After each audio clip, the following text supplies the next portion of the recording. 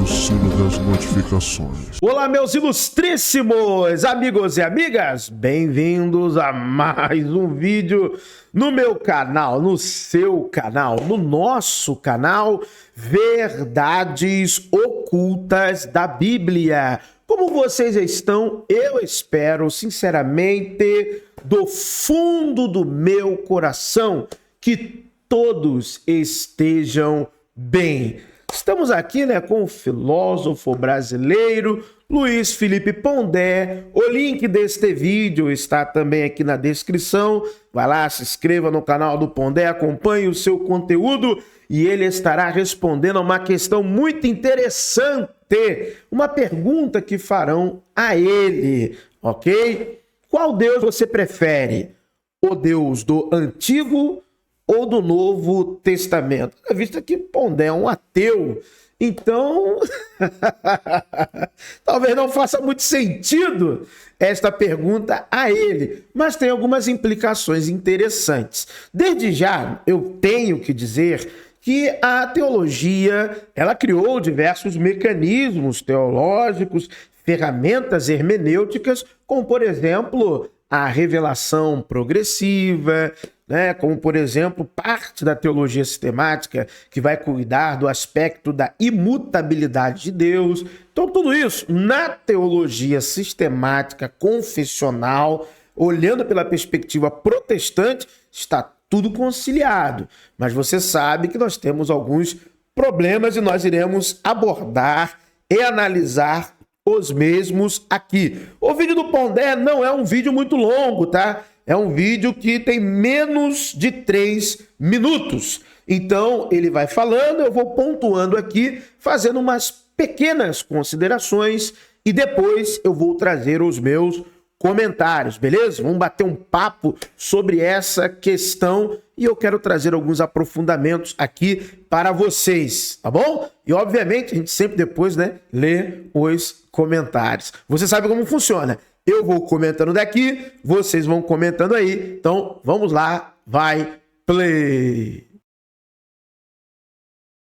Primeiro, eu não prefiro nenhum Deus, Não é uma questão de preferir. Essa pergunta ela pode ter duas respostas. Ela tem uma resposta teologicamente mais consistente e ela tem uma resposta de senso comum cristão. Começando pela última, o senso comum cristão, que normalmente desconhece ou esqueceu, ou sei lá o quê, que o Velho Testamento, o Novo Testamento, na verdade, é uma história de um judeu típico da época dele, do período do Segundo Templo, e que Jesus, portanto, era um cara que falava coisas muito semelhantes a que outros falavam na época, com uma certa originalidade no sentido de pontuar o caráter misericordioso de Deus. Mas o fato é que, por isso, muitos cristãos fazem a diferença e falam, não, o Deus do Velho Testamento é muito vingativo, o Deus do Novo Testamento é amor. E aí a resposta teologicamente mais profunda é o seguinte, é o mesmo Deus, é o mesmo. Segundo a teologia cristã, Jesus é, na verdade, esse Deus encarnado,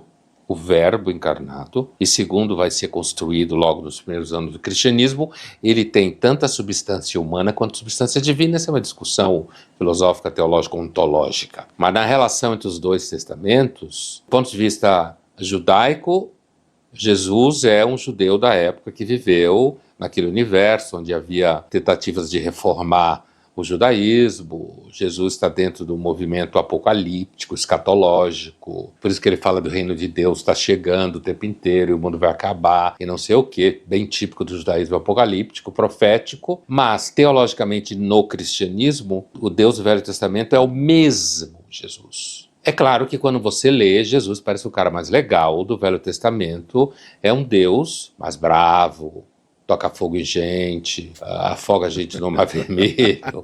Quer dizer, o que você tem que levar em conta aí do ponto de vista histórico crítico é que o Novo Testamento é escrito num período em que o judaísmo apocalíptico está falando do final do mundo, do julgamento, está falando que Deus poderá perdoar os pecadores, não sei o quê, e o do Velho Testamento é um texto muito mais antigo, que, fazer uma conta grosseira aí, leva uns 700 anos para ser estabelecido. Então você tem diferenças nas pessoas que escreveram e nas visões que essas pessoas tinham de Deus, entende? Então se percebe isso nos dois textos. Porém, repito, teologicamente é o mesmo Deus, não é outro Deus.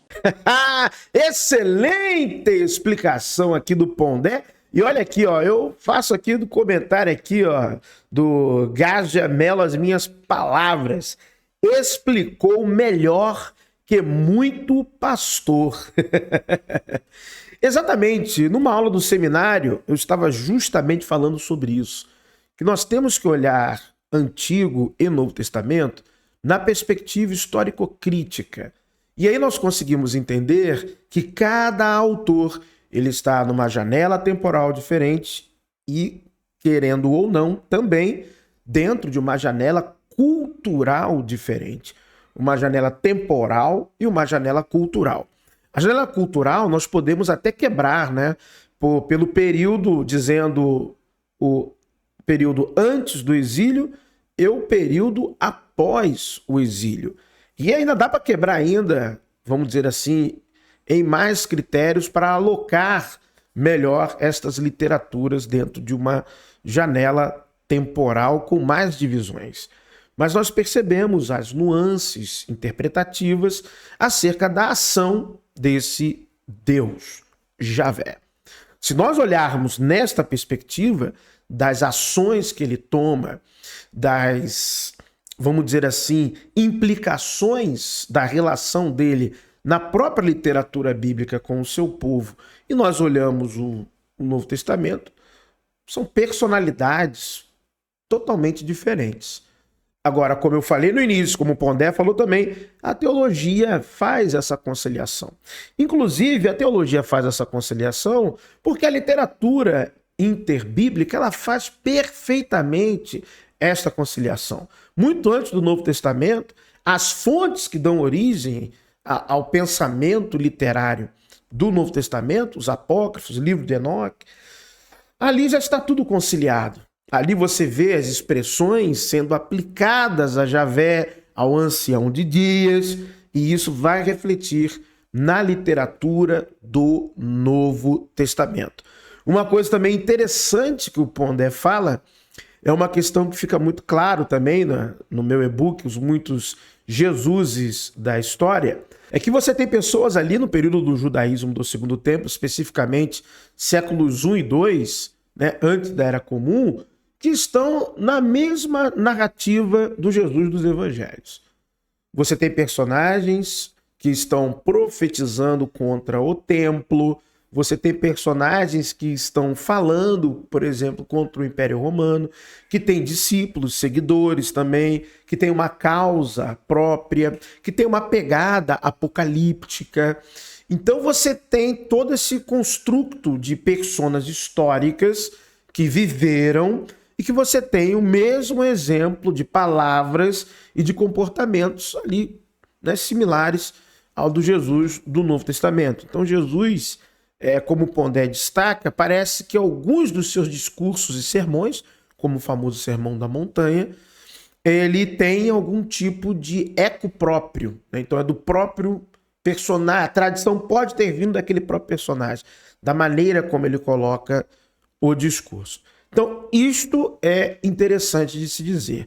Então, você tem a perspectiva teológica, ok? Da qual eles já fizeram o papel de conciliar tudo, ok? Tudo que você possa imaginar.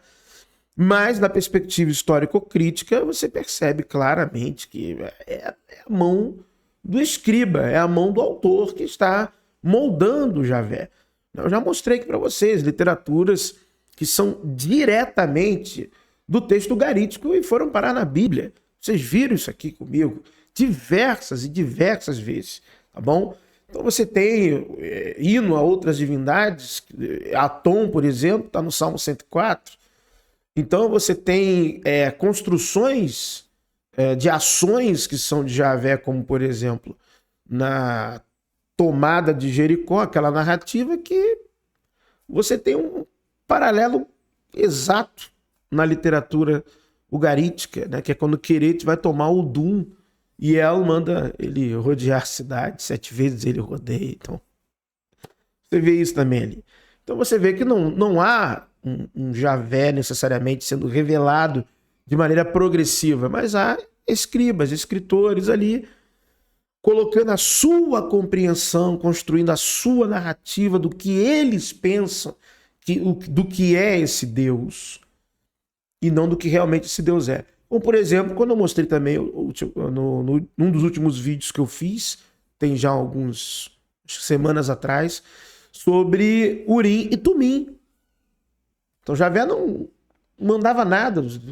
As outras culturas, os outros deuses já falavam isso, de lançar sortes através de um sistema sacerdotal operado por sacerdotes, sistema binário.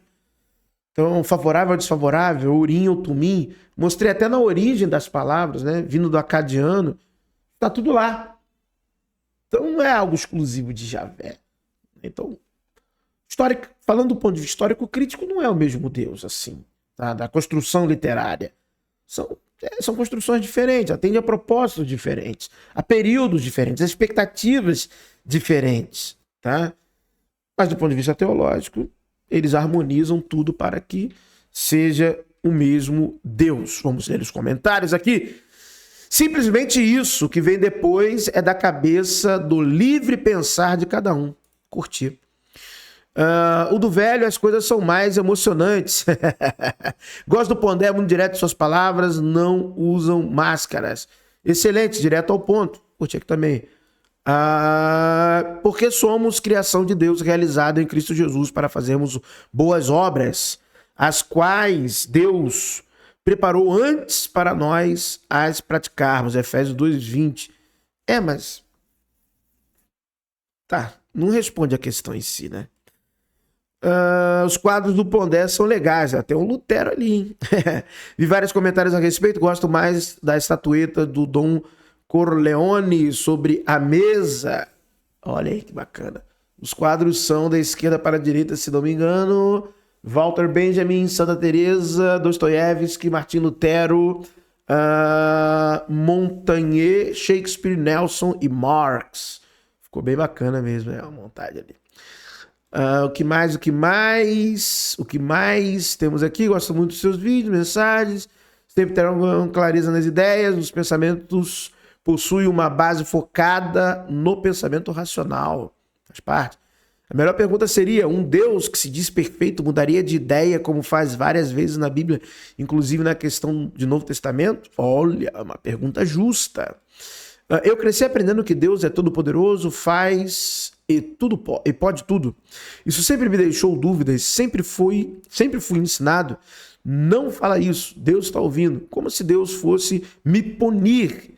Aí cresci e tenho mais medo dele do que fé nele. Hoje, com 29 anos, tento crer em Deus, mas continuo tendo apenas mais receio que fé.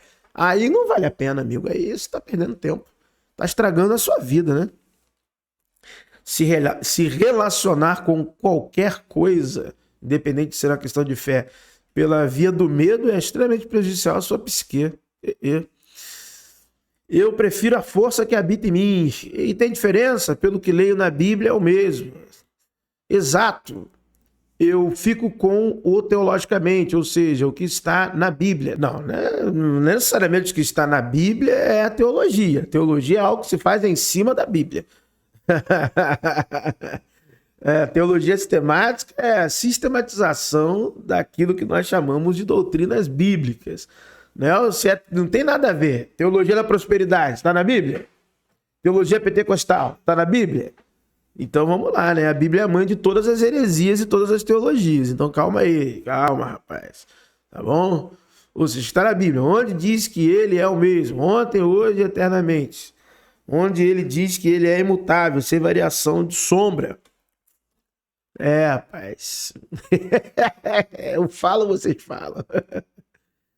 Eu quero é dinheiro no bolso, saúde física e mental. Desprezo esses deuses. Sempre vivi muito bem sem essas crenças idiotas. Rapaz, cuidado, complicado. Tem coisas que sua vida continue bem, que sua vida continue frutífera, que sua vida continue assim, sem esses problemas. Porque tem muita gente, eu já vi algumas pessoas com esse tipo de pensamento, que aí quando veio alguma coisa, alguma adversidade, desgringolou de vez, perdeu dinheiro com igreja. Eu já vi gente perder dinheiro com pai de santo, perder dinheiro com pastor, porque era assim, é isso, eu não preciso, aí descobri uma coisa e o negócio desandou. Não estou dizendo que isso vai acontecer com você e nem quero isso. Nunca, jamais. Eu só estou dizendo para tomar cuidado com esse pensamento. Tá bom? Que tá tudo bem, que tá tudo assim. A vida, né? Minha vida tá boa, tá ótima também, tá maravilhosa. Eu não tenho o que reclamar, não. Mas eu sempre atento, sempre alerta, porque nunca sabe o dia de amanhã. Ele nos capacitou para sermos ministros de uma nova aliança. Os essênios aqui, ó, os essênios. Olha aí, ó. Que bom, coisa bonita. Não da letra, mas do espírito. Isso aqui é essênio puro. Você já leu o José? Dá uma lida lá nos manuscritos do Mar Morto. Você vai ver um paralelo fantástico com 2 Coríntios 3,6. Não a parte de que a letra mata, não. Mas isso aqui, ó. Nova aliança... Ministros de uma nova aliança, questão do espírito, e maravilhoso. Vamos ver o que mais temos aqui. O Deus do Taná pronuncia-se Tanar. Tanar. Que é a Torá, lei, Nevim, profetas, Ketuvim escritos. Que é basicamente o Antigo Testamento dos cristãos. Mas com pequenas diferenças em sua ordem, com exceções dos livros deuterocanônicos, e ao mesmo Deus dos evangelhos e das epístolas do Novo Testamento, não sendo menos punitivo, já que a mensagem de Cristo é explícita, sendo o inferno um local real. Não sei, rapaz. Escrevi uma obra sobre isso, hein? Analisa melhor isso aí. E se comparado com as punições relatadas no Tanar, em nenhuma delas se aproxima da severidade do juízo que uma alma pode sofrer, que é passar a eternidade no inferno. Ele vai, comentário longo aqui. Mas posso te ser bem sincero, meu amigo. Rapaz, vai dar nada disso aí, não. Acredito que tudo isso aí, meu amigo... Deixa eu ler aqui primeiro, depois eu termino. Acredito que há alguma distinção entre esses dois descritos. O Deus do Velho Testamento, para resumir, é o Deus de carne e osso, assim como nós. Podia comer churrasco. É um Deus, né? Beber cerveja, números 28:7, né? Ele quer charrar cerveja. É um Deus com nome próprio, que parece ter essa coisa de ego. O Deus que Jesus se refere não tem nome próprio. Seria o Espírito eterno e material, assim como nós.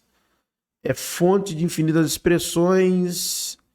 É indefinível, é eterno, além do tempo. Insistematizável.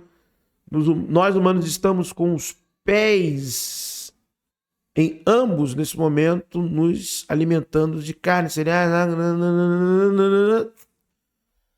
Tá bom.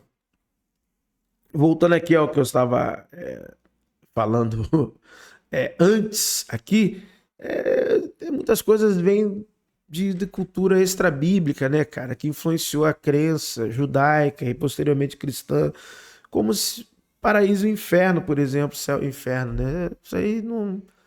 Vem das lendas, mitos e religião persa, zoroastrismo. Então não tem nada a ver com...